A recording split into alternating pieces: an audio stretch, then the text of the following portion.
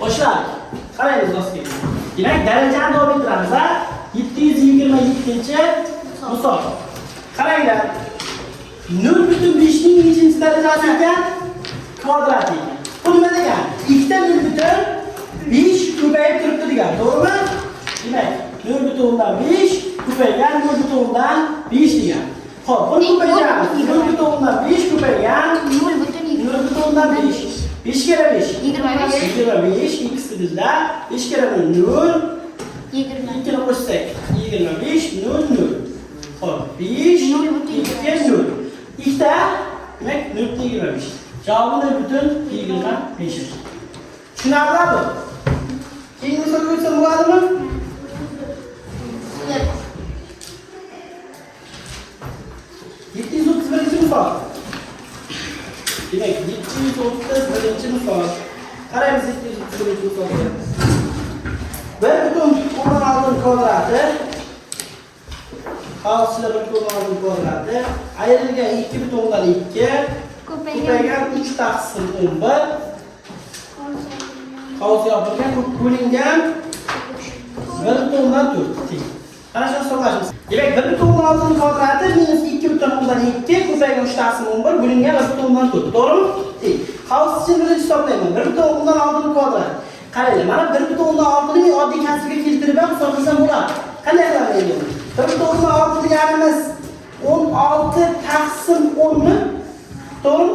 Shuni nima bo'lyapti? Kvadrat. Ayrilgan 2.2 deganimiz 22 taqsim 10 mi? Ko'paygan 3 taqsim 10 bo'ladi. Bo'lingan 1.4imiz 14 taqsim 10 mi? Xo'p, endi qisqaradigan hisob bittalayman. 16 dan 12 ga qisqarib 8 ga 5 bo'lib qoladimi?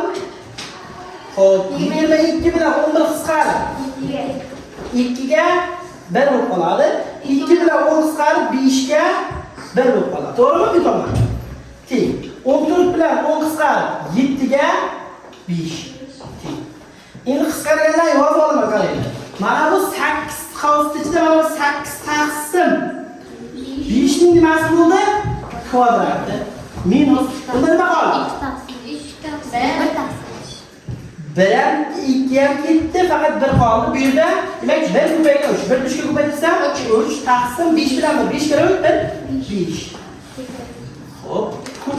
Endi mana bu bo'limni ko'paytirib aylandizsa, mahrajdagi 5 suratga chiqadi. Mahrajga nima tushadi? 7. Endi buni ishlaymiz.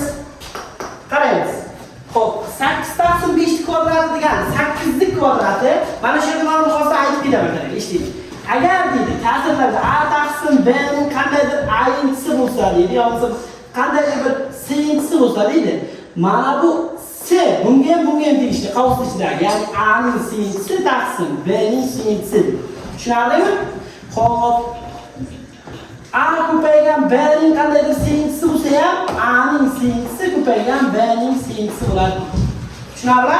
Xo'p, mana shu usulni foydalanamiz. Mana bu 8 taqsim 5 kvadrati degani qavsida 8 ning kvadrati taqsim 5 ning kvadrati degani. To'g'rimi? Minus 3 taqsim 5 ko'paygan 5 taqsim 7. 8 kvadrat 64 taqsim 25 ayrilgan 3 taqsim 5. Xo'p, ko'paygan 5 taqsim 7. Endi bu ikkalasi bo'lmali necha bo'ladi? 25. Demak, mana bu yerga 5 ko'paytirsam 25 bo'ladimi?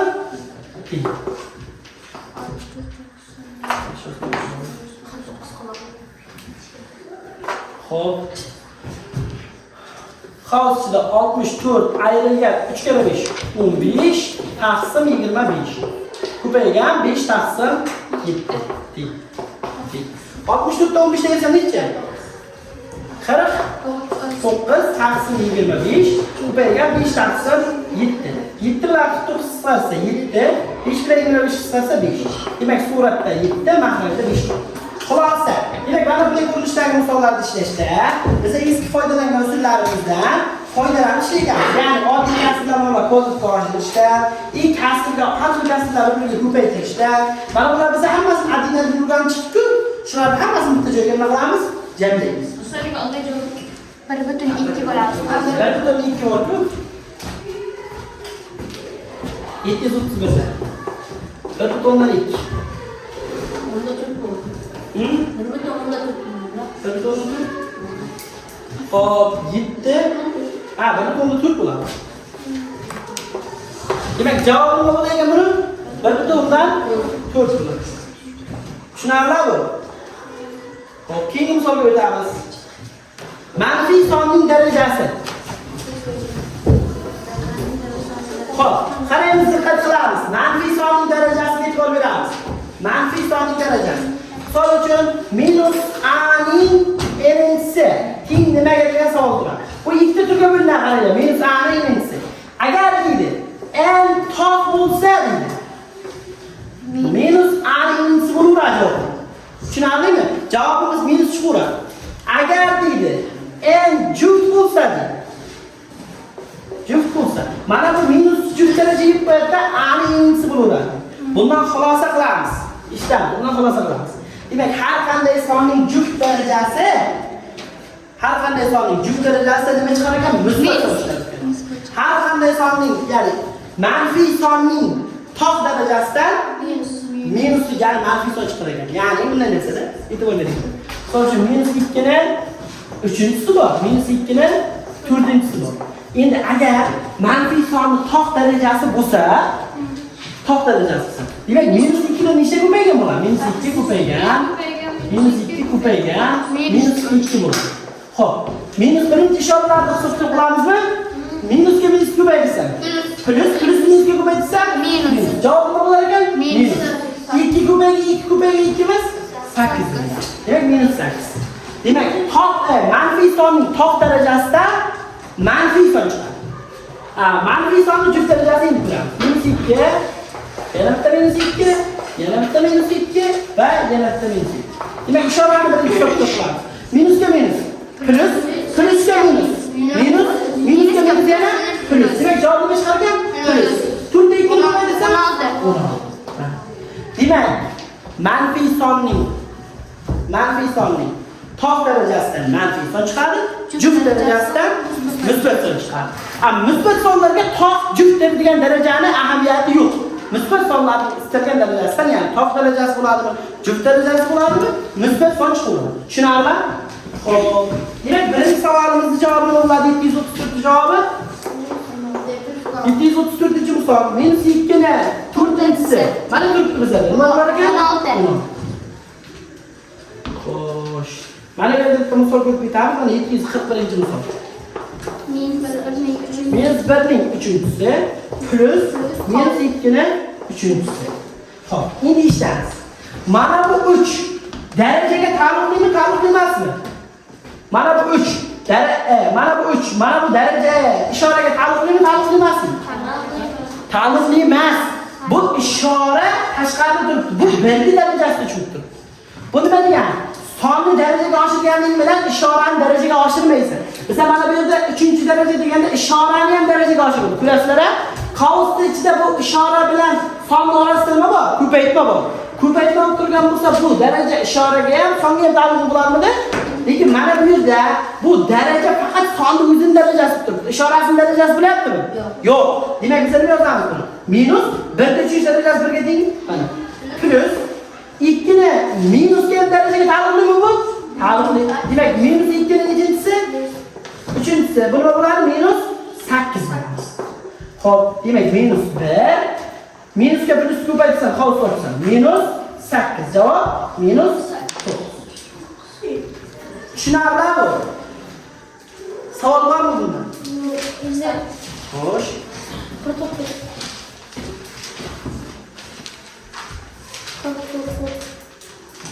249-misol.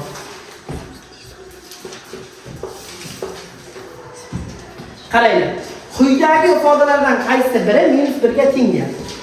Birinchi ajroq qaraymiz, salb qilamiz, ishlaymiz. Qaus ichida minus, yana qaus ichida minus 1 ning kvadrati, yana 4-chisi. Birinchi ichidagi qausdan ishlashni boshlaymiz. Mana katta qaus turibdi, minus turibdi. Yana qaus ichida minus 1 ning kvadrati turibdimi? Mana bu minusni ishorasiga ham taalluqlimi 2? Minus 1 ning kvadrati bo'lgandan keyin javob nima bo'ladi? 1 bo'ladi. To'g'rimi? Qavsga olmasak ham bo'lar ekan. Ha? Shuni to'rtinchisi. Endi minusga 1 ko'paysa minus 1 bo'lib qoladimi? Yana minus 1 ni to'rtinchisimi? Minus 1 ni to'rtinchisi nima bo'ladi? 1. Chunki daraja juft bo'lganligi uchun minuslar yuqori ketaveradi. Tushunarlimi? Bizga javob nima chiqishi kerak? Minus 1 chiqishi kerak. Bu javob emas, to'g'rimi? Endi bu javob tekshiramiz. Bu javob.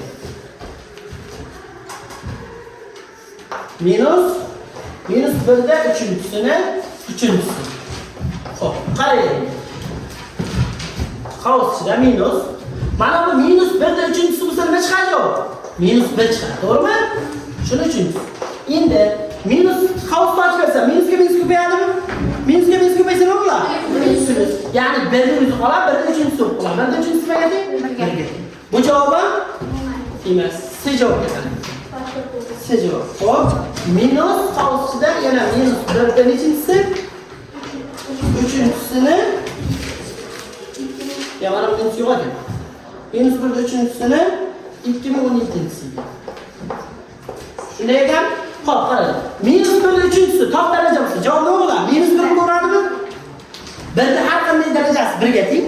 Endi minusni top darajalar minusga teng. Demak, minus 1 chiqadi javob. Demak, minus 1 da nima bo'lib qoladi mana buning ichida? 2017-si bo'lib qoladi. A minus 1da har qanday darajasi? Har qanday plus 1 bo'lmaydi. 1 ni har qanday darajasi 1 ga teng. Minus 1 da top darajasi bo'lganligi uchun minus 1 ga teng. Tushunarlimi? Demak, javobimiz nima ekan? C javob. Bu ham tushunarli? Xo'p. 750. Har qanday sonning 0-chi darajasi nimaga teng? 1 ga teng. Ya'ni biror bir A sonning 0-chi darajasi nechaga teng desa 1 ga teng. Bu nima degan ma'no bildiradi? Bu yerda A da 0 ta ko'payib turibdi degani. Bu yerda A ko'paygan, A yo'q ko'payayotgan A yo'q degani. Tushunarlimi? Ya'ni mana bu ko'paytirganni yozmoqsa, 1 ko'paygan A yo'qda, demak 1 ta o'zida yo'q. Tushunarli?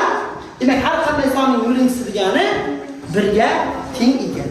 Hop, 752-misolimizda 1346 butun 45